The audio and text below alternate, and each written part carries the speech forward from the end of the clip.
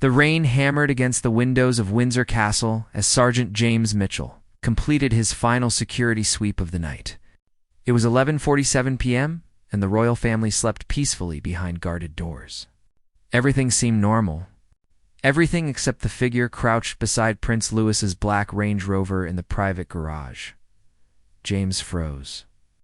His hand instinctively moved to his radio, but he stopped himself. Whoever this person was, they moved with purpose, not panic. They knew where the cameras had blind spots. They knew which entrance led directly to the royal vehicles. This wasn't a random intruder. This was someone who had access. The figure wore dark clothing and a hood that concealed their face.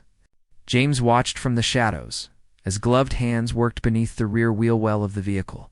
A small device, no bigger than a phone, was being attached with careful precision. The metallic click echoed softly through the empty garage. James's heart pounded. In his 15 years protecting the royal family, he'd dealt with protesters, obsessed fans, and even a few genuine threats. But this was different. This was intimate, personal, dangerous. He stepped forward, his boots deliberate against the concrete floor. The sound made the figure spin around, still crouched, eyes wide with shock. And in that moment, under the harsh fluorescent lights, James recognized the face staring back at him, Tom Parker Bowles. The Queen Consort's son, Camilla's son, before you hear what happens next. If you love real stories that grip your heart and keep you on edge, hit that subscribe button. You won't want to miss where this goes. James felt his stomach drop. This wasn't just any intruder. This was family, sort of. The complicated, blended, sometimes tense kind of family that existed behind palace walls, hidden from cameras and public smiles. "Step away from the vehicle," James said, his voice steady despite the chaos in his mind. His training kicked in, even as his brain screamed questions. Why would Tom do this? What was he planning? Tom stood slowly, hands raised, the small black device still visible on the ground near his feet. His face was pale, caught between fear and something else. Guilt? Desperation? "James, listen," Tom began, his voice low and urgent. "This isn't what it looks like." "Then what is it?" James asked, stepping closer. He could see sweat on Tom's forehead despite the cold night air seeping into the garage. "Because it looks like you're planting a tracker on a 9-year-old prince's car?" Tom's jaw tightened. He glanced toward the device, then back at James. For a moment, neither man moved. The rain outside grew louder, drumming against the roof like a countdown. "I need you to trust me," Tom said finally. "Just for 5 minutes. Let me explain before you call this in."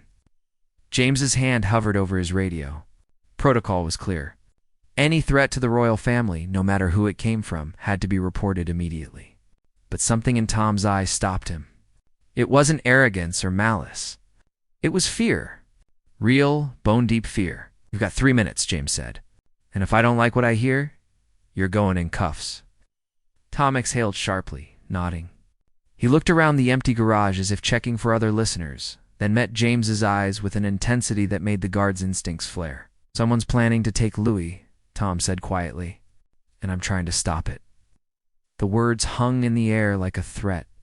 James felt ice spread through his veins. Someone planning to take Louis? A kidnapping plot? Against a child? "Talk. Now," James commanded, his voice harder than steel. Tom ran a hand through his hair, his composure cracking. He looked older suddenly, worn down by something heavy. 3 weeks ago, I overheard something I shouldn't have. I was at my mother's apartment in London, and she had guests. "Business people," she said. "I was leaving when I heard a name through the door. Louis, and the word extraction." James's eyes narrowed. "You're saying the Queen Consort is involved in a plot against her own step-grandson?" "No," Tom said quickly, shaking his head. "God, no. My mother doesn't know. These people, they were using her connections without her knowledge. I stayed and listened. They were talking about routes, security gaps, timing. One of them mentioned that Louis's vehicle was the weak point, that they'd already mapped his school runs, his weekend trips to the polo matches. The rain outside turned to thunder. James felt his training warring with his instincts. This could be an elaborate lie. Or it could be the truth that saved a child's life. "Why didn't you go to the police?" "To palace security?" James demanded. Tom's laugh was bitter. "And say what? That I eavesdropped on a conversation through a door? That I can't identify the men because I never saw their faces? That my only evidence is paranoia and bad timing?" He shook his head. "They'd think I was jealous, stirring up drama. The awkward stepson causing trouble for the real heirs." James studied Tom's face. He'd seen liars before, plenty of them.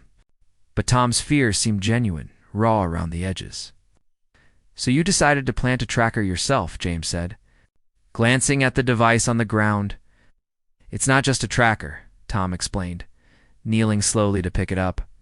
James tensed, but Tom just held it out for inspection. "It's connected to an app on my phone.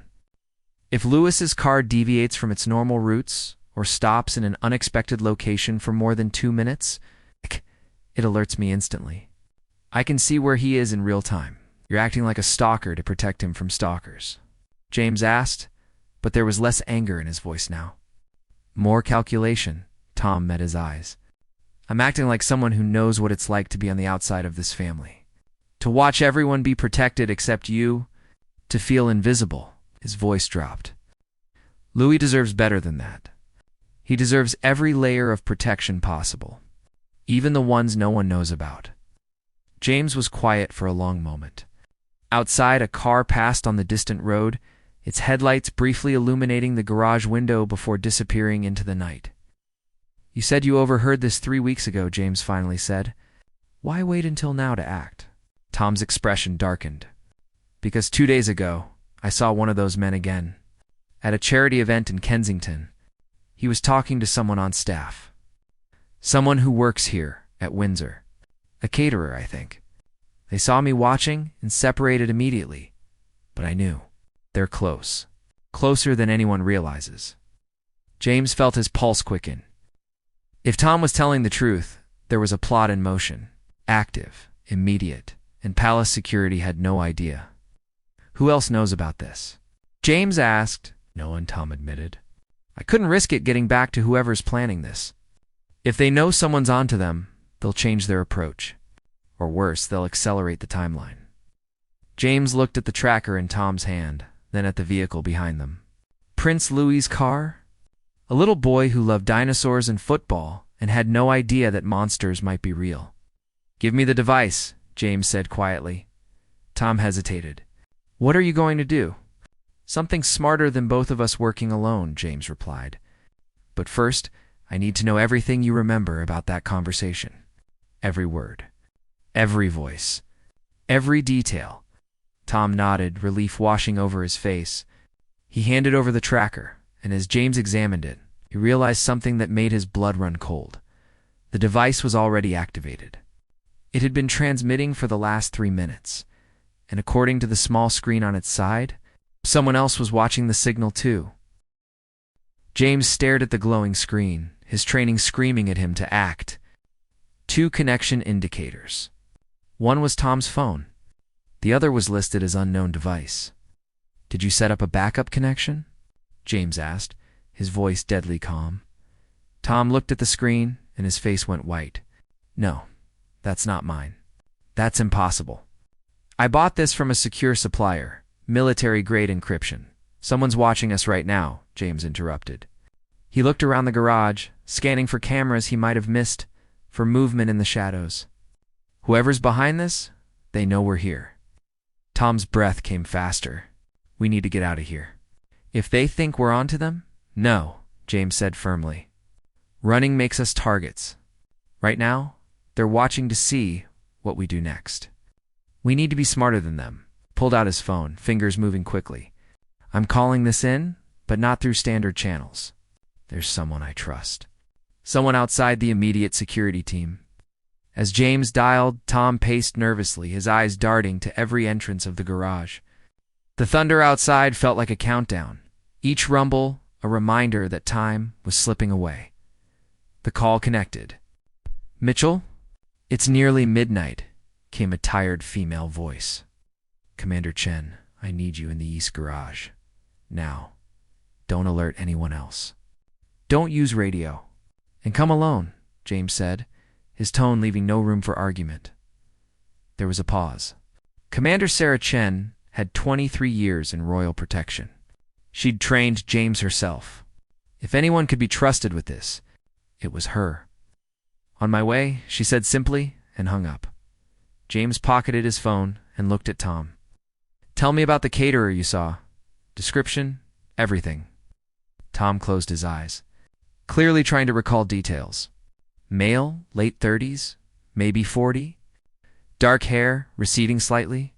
He had a tattoo on his left wrist, partially visible under his sleeve. It looked like lettering, but I couldn't read it. He wore glasses, thick black frames, and he moved like someone who was used to being invisible.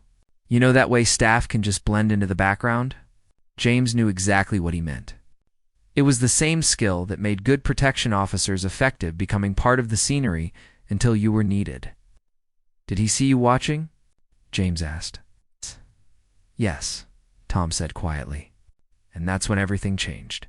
The way he looked at me, it wasn't surprise or confusion. It was recognition, like he knew exactly who I was. And then he smiled. A chill ran down James's spine. "What kind of smile?" "The kind that says too late," Tom whispered. The sound of footsteps echoed through the corridor outside the garage. James tensed, positioning himself between Tom and the entrance, hand moving to his weapon. But it was Commander Chen who appeared, her gray hair pulled back, eyes sharp despite the late hour. She took in the scene with one sweep, James on alert. Tom Parker Bowles looking guilty and terrified. "And the tracking device in James's hand?" "Explain," she said simply.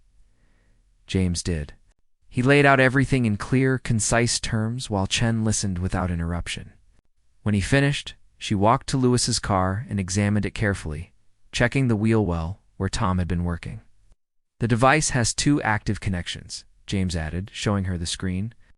"Someone else has access." Chen's expression didn't change, but James saw her jaw tighten. She pulled out her own phone and made a call, turning slightly away. Her voice was too quiet to hear clearly, but James caught fragments. "Background check. Caterers. 3 weeks. Authorization logs." When she hung up, she looked at Tom with an expression that was impossible to read. "You should have come forward immediately when you heard that conversation." "I know," Tom said, and the regret in his voice was genuine. "I was afraid no one would believe me." "They might not have," Chen admitted. "But now, we don't have time for doubts. If there's a credible threat to Prince Louis, we act on it. Mitchell, I want you to—" She stopped mid-sentence. Her phone buzzed. She looked at the screen and her face changed completely. "What is it?" James asked. Chen looked up at them, and for the first time in all the years James had known her, he saw fear in her eyes. "Prince Louis isn't in his room," she said quietly. "He's gone." The words felt like a physical blow. James's mind raced through possibilities, each worse than the last. Tom looked like he might be sick. When was he last seen? James demanded, "Bed check at 11. It's now 12:03 a.m. His window is open, curtains moving. No signs of struggle, but his security detail is missing too." James felt the pieces clicking together in his mind, forming a picture he desperately didn't want to see. The security detail assigned to Lewis tonight who authorized them. Chen was already pulling up files on her phone, her fingers moving frantically. Then she stopped. Her face went pale. "They weren't on the regular rotation," she said slowly. "They were added this morning. Special request from the scheduling office. Signed off by—" She looked up at Tom. "By someone using your mother's administrative access codes." The garage suddenly felt smaller, the air heavier. Tom looked like he'd been punched. "My mother would never, we know," Chen cut him off. "But someone with access to her accounts did. Someone who knew how to move through the system without raising flags." She was already moving toward the door. "Mitchell with me. We're going to Lewis's room now. Mr. Parker Bowles, you're coming too. Stay close and stay quiet." They moved through the castle corridors at a controlled run, their footsteps echoing off stone walls lined with centuries of history. James's mind was calculating how long had Louis been gone. 15 minutes? 30? Every second mattered. Louis's wing was eerily quiet when they arrived. The usual security presence was absent. Chen spoke rapidly into her radio, using emergency codes that would wake every protection officer in the building. Within 60 seconds, the corridor filled with armed personnel, James entered Louis's bedroom behind Chen. The window was indeed open. Cold night air billowing the blue curtains decorated with planets and stars. The bed was empty, covers pulled back as if the boy had simply gotten up. On the nightstand sat a half-finished glass of milk and a book about ancient Egypt. But it was what James saw on the pillow that made his heart stop. A small note, written in a child's handwriting, "Gone to see the horses." "Back soon." "Louis didn't write this," Chen said immediately, examining the note without touching it. "He's right-handed." This was written with the left hand. Someone tried to mimic a child's writing to buy time. Tom was staring out the open window at the dark grounds below, the stables. That's where they'd take him first. It's far enough from the main building that no one would hear anything, but close enough to look innocent if anyone saw them walking. "How would you know that?" one of the other guards asked suspiciously. "'Cause it's what I'd do," Tom said quietly, turning back to face them. "If I wanted to take someone from this castle, I'd use a route that looked normal. A child going to see his favorite horse at night wouldn't raise immediate alarms. By the time anyone realized something was wrong, they'd be off the grounds entirely." Chen was already coordinating teams on her radio. "Alpha team to the stables. Bravo. Secure all exits. Charlie, I want eyes on every vehicle that's left the property in the last hour." She looked at James. "You're with me? We're going to the security office." Someone there either helped plan this or was compromised. As they moved through the castle again, James noticed details he'd missed before. A side door propped open with a stone. A security camera with a conveniently angled view. A maintenance cart positioned to block sightlines. This wasn't opportunistic. This was orchestrated. The security office was in controlled chaos when they arrived. Monitors showed multiple teams mobilizing across the grounds. But one monitor caught James's attention. The feed from the stables was dark. "Why is that camera out?" James asked, pointing the technician on duty. A young man named Cooper looked confused. "It's not out. It's showing the feed." "That's not a live feed," James said, moving closer. "Look at the timestamp. That's from earlier tonight. Someone's looping old footage." Chen leaned in, her eyes narrowing. "Cooper, when did this loop start?" Cooper's fingers flew across the keyboard. His face went pale. 11:42 p.m. Right around the time, he looked at Tom. "Right around the time you were in the garage?" "They used me as a distraction," Tom realized, his voice hollow. "They knew I'd been watching them. They wanted someone to catch me with the tracker so all eyes would be on the garage while they took Louis. Or," Chen said carefully, "they wanted us to think that's what happened. Either way, we're 20 minutes behind them now." James's radio crackled. "Commander, this is Alpha Team. We're at the stables. No sign of Prince Louis, but we've got one unconscious guard here. Looks like he was drugged. And Commander," the voice hesitated, "there's fresh tire tracks leading toward the East Service Road." Chen's expression hardened. "Get me traffic camera footage for every road within a 5-mile radius. Now," she turned to James. "Mitchell, that tracker Tom planted can we use it?" James pulled out the device. The screen still showed 2 active connections. "It's on Louis's car, which is still in the garage." But an idea struck him. "Tom, you said you saw one of the men at an event in Kensington. That he was talking to a caterer. What if the caterer isn't the main player? What if he's just another piece?" "What are you thinking?" Chen asked. James looked at the monitor showing the looped footage. "Whoever planned this had access to our systems, our schedules, our security protocols. They knew about Tom's tracker before he even finished installing it. That means someone in this room, or someone with access to our network, is feeding them information. The silence that followed was suffocating.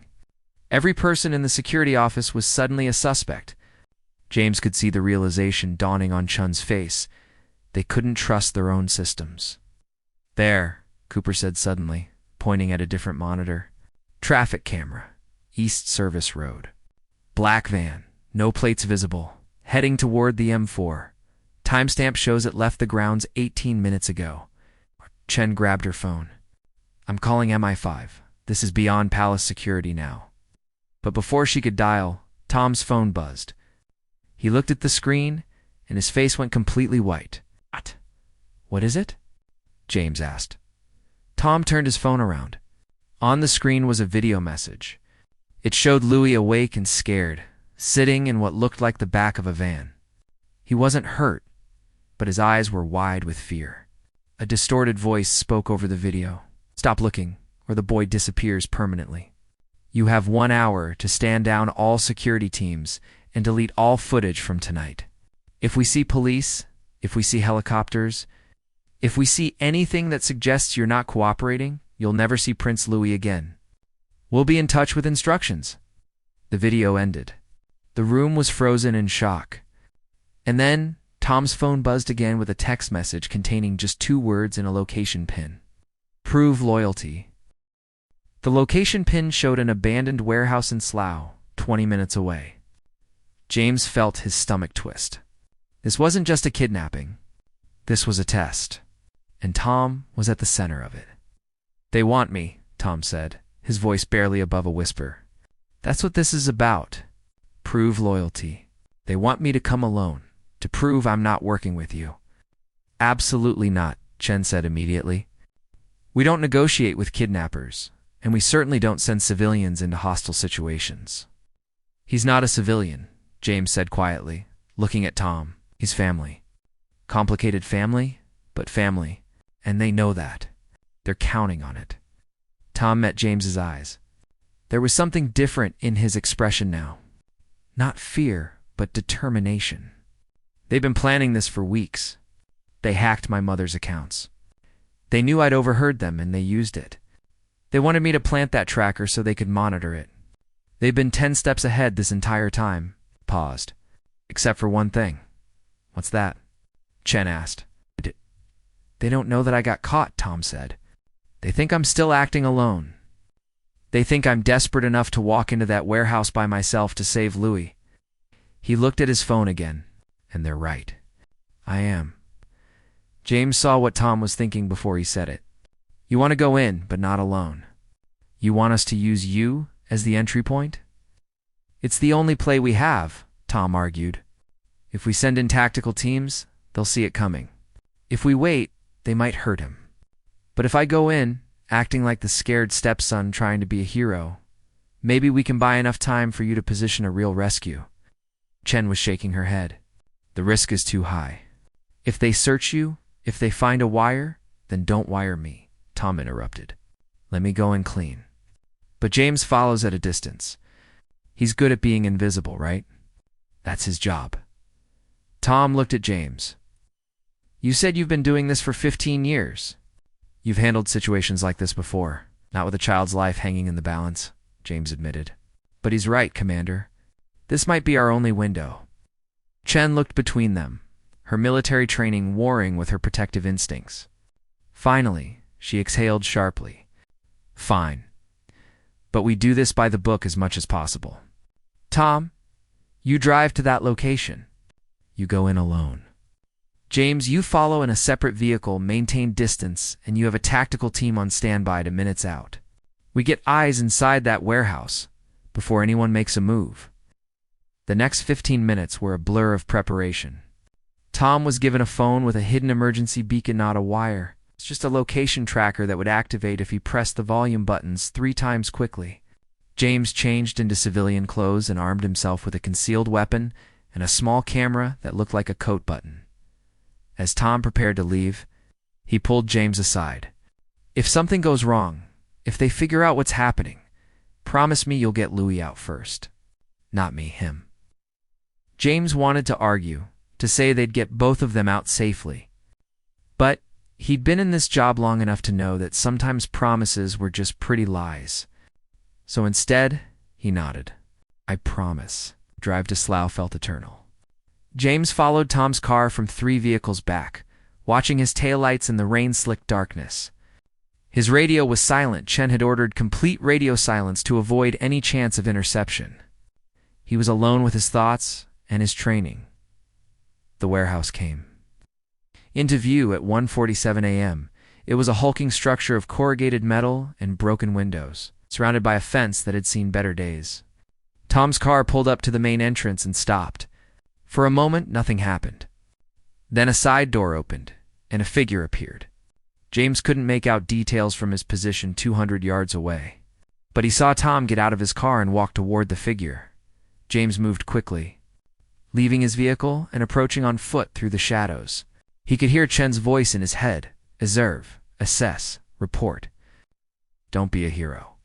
But every instinct screamed at him to move faster. To get closer, he reached a broken window on the warehouse's east side and carefully peered inside. The interior was dimly lit by battery-powered lanterns. And there, in the center of the space, was Louis. The boy sat on a folding chair, his hands zip-tied in front of him. He looked terrified, but unharmed. 2 men stood near him. One was the caterer Tom had described, glasses and receding hairline, clearly visible. The other was younger, heavily built, with a tattoo sleeve on his left arm. Tom entered through the main door, and all eyes turned to him. I'm here, Tom called out, his voice echoing in the cavernous space. I came alone like you asked. Let the boy go. The caterer smiled, that same cold smile Tom had described seeing before. Did you really come alone, Mr. Parker Bowles? Or did you bring your new friends from Palace Security? Tom's face remained calm. I came alone. Check me if you don't believe me. The larger man approached and patted Tom down roughly. He found the phone and held it up. The caterer examined it, turning it over in his hands. James held his breath. If they found the beacon, but the caterer just tossed the phone back to Tom? Cute. Basic model, nothing special. Oh. He gestured to Louis. The boy is fine, as you can see. But we need to make sure you understand the situation. Your mother's position, your family's influence, all of it, can be used for good or for destruction. We need people like you to remember where your real loyalties should lie. What do you want?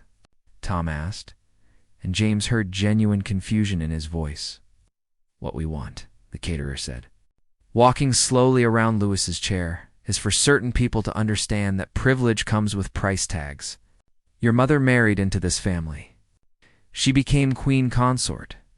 But some people feel that title was stolen, that she took something that wasn't hers to take. James's mind raced. This wasn't about money. This was about revenge. Political revenge. So you kidnap a child? Tom asked, his voice hard. You terrorize a 9-year-old boy to make a point about royal succession? We send a message, the caterer corrected. One that will be heard very clearly by everyone who needs to hear it. And then Tom did something James didn't expect. He laughed. It was a bitter, angry sound that filled the warehouse. You really think you're the first people to try this?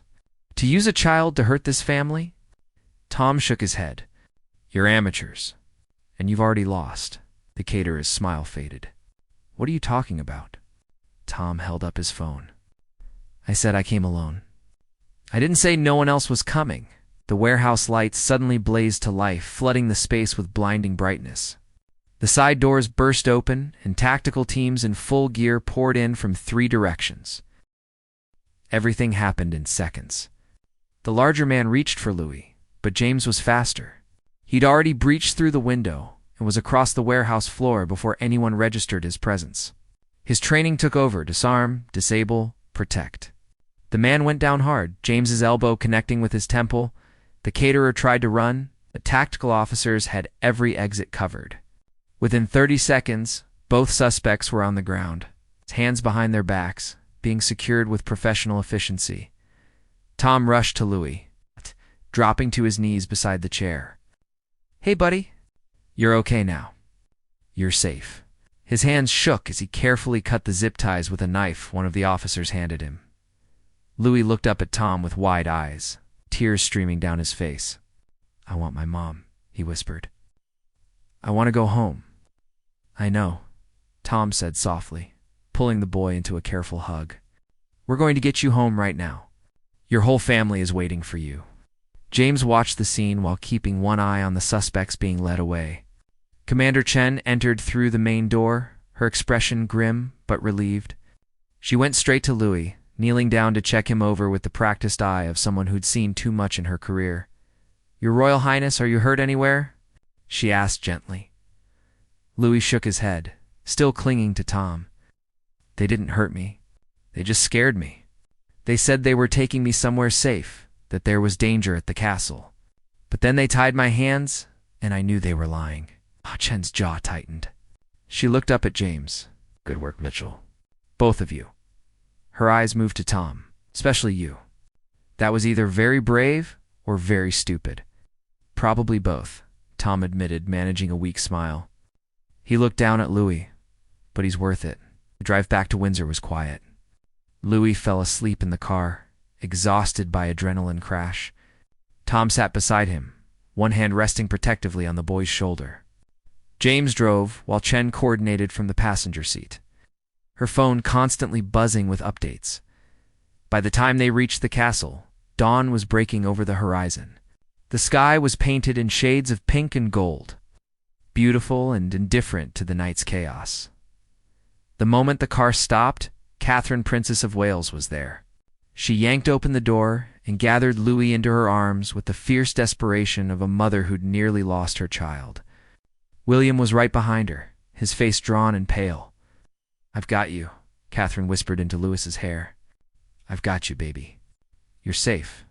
Louis started crying again, the kind of deep, relieving sobs that come after trauma.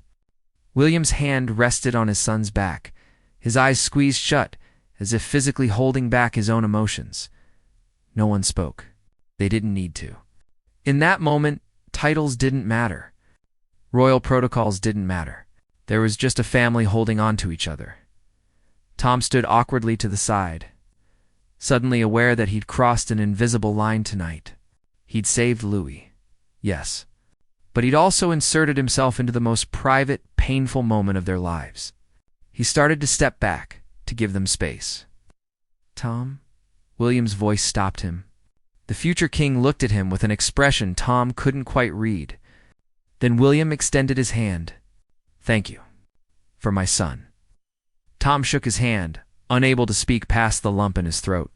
Catherine looked up, tears still streaming down her face, and mouthed two words: "Thank you." The investigation that followed was swift and thorough. The two suspects were part of a fringe political group that had been planning the kidnapping for months. They'd exploited vulnerabilities in palace security, used social engineering to gain access codes, and had accomplices in 3 different departments. The scope of the conspiracy shocked everyone, but it was the inside man that surprised everyone most. The young technician, Cooper, had been feeding information to the group for 6 months. Financial troubles, they later learned. Gambling debts that made him vulnerable to manipulation. He broke down during interrogation, claiming he never thought they'd actually hurt anyone. Commander Chen personally oversaw the complete overhaul of security protocols. Every system was audited, every staff member revetted, every procedure questioned and strengthened. It would take months to fully repair the damage to trust and security, but the work began immediately. As for Tom, his role in the rescue remained largely private. The official story released to the press was vague and attempted breach of security that was quickly resolved. No harm to any members of the royal family. Louis's kidnapping never made the news. The family wanted to protect his privacy and spare him the trauma of public scrutiny. But inside the palace walls, something changed. 3 weeks after that terrible night, Tom received an unexpected invitation to a small, private dinner at Kensington Palace. No press, no formality. Just family. He almost didn't go. The awkwardness of his position in the royal family had always been something he'd learned to live with. But Camilla had encouraged him, her eyes knowing. "They want you there," she'd said simply. "Go." When Tom arrived, he found Louis in the drawing room, playing with toy cars on the carpet. The boy looked up and his face lit up with a genuine smile. Tom? Louis ran over and hugged him around the waist. Did you see? I got new cars. Want to play? Tom looked up to find Catherine watching from the doorway. She smiled a real warm smile. He's been asking about you. Wanted to make sure you were okay too. I'm fine, Tom said, his voice a little rough. How's he doing? Nightmares for the first week, Catherine admitted, walking into the room. But he's resilient. Children often are. And having a hero in his story helps. I'm not a hero, Tom protested. I just did what anyone would. You risked your life for my son, Catherine interrupted gently, when you had no obligation to. When it would have been easier and safer to stay out of it entirely. That's what makes you family, Tom. Not blood or titles. Choices like that. The dinner that night was surprisingly normal. Louis chattered about school and his latest obsession with space exploration. William talked about a conservation project. Catherine shared a funny story about a recent official visit. And Tom slowly felt himself relax into the conversation. As he was leaving, William walked him to the door. We owe you a debt we can't really repay, William said quietly. But I want you to know you're not on the outside anymore. Not to us. Not to Louis. Whatever complicated history exists with titles and positions, you proved something that night. You proved what really matters. Tom didn't trust himself to speak, so he just nodded. As he drove home through London's quiet streets, his phone buzzed. A text from James? Drink sometime? I owe you one. And you're a terrible liar, by the way. That whole I came alone thing. Dramatic as hell? Tom smiled and typed back, You bought it, though? Admit it, for about 30 seconds. Then your hands were shaking too much to be that confident.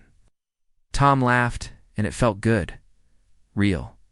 Like something tight in his chest had finally loosened. He thought about Louis, safe in his bed. About Catherine's words. About the way William had shaken his hand with genuine gratitude. About the fact that for the first time in his complicated relationship with this famous, powerful family, he felt like he belonged. Not because of who his mother married, not because of titles or positions, but because when it mattered most, he'd chosen to stand up and protect one of them. And they'd chosen to accept him. The warehouse, the fear, the danger, all of it had been worth it for that simple truth. Tom Parker Bowles had saved Prince Louis. But in the process, he'd found something he'd been searching for without even knowing it. A place where he truly belonged. Not on the outside looking in, but inside the circle that mattered most. Family.